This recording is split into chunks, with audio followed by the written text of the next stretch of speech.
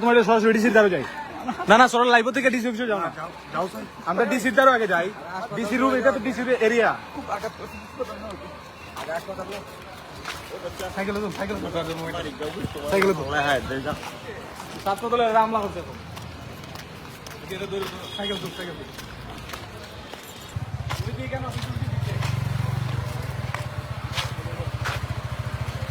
আচ্ছা এটা কি কেন ভিডিও ভিডিও ভিডিও করছো না ভিডিও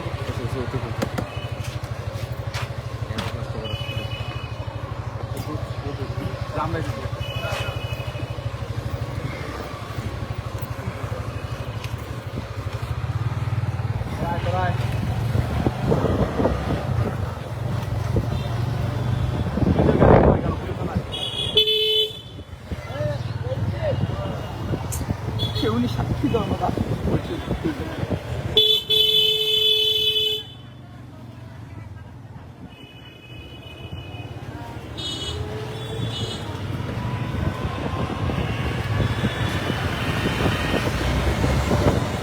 ভিডিও করতে না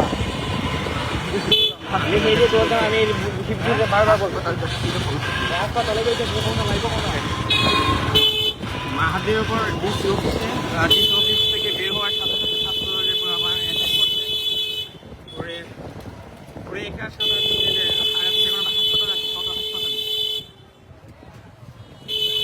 আমরা হবিগঞ্জ সদর হাসপাতাল মাদিকে নিয়ে যাচ্ছি।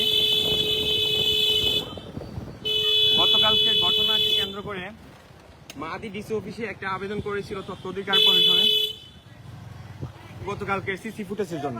গতকাল যে ঘটনাটি হয়েছিল সেটি ডিসি অফিসে একটি ক্যামেরাতে ধরা পড়ছে। এই ফুটেজটির জন্য মাহাদি আবেদন করতে ডিসি অফিসে গিয়েছিল। ডিসি অফিস থেকে বের হতেই আবার এই ভাই টুকুনটা কেনে নে একটা টুকুন মাহাদি এই মুহূর্তে মাহাদির উপর হামলা করা হয়েছে। মাহাদিকে ডিসি অফিসের ভিতরে মানে জেলা প্রশাসকের কার্যালয়ে কিছুক্ষণ আগে সর্বোচ্চ 2 মিনিট আগেই তার উপর হামলা করা হয় এবং ছাত্র দলের কিছু নেতারা তার উপর হামলা করে তাকে নির্মমভাবে এখানে মারধর করে। তার এই যে শরীরের অবস্থা আমরা তাকে এখন হাসপাতালে নিয়ে আসছি।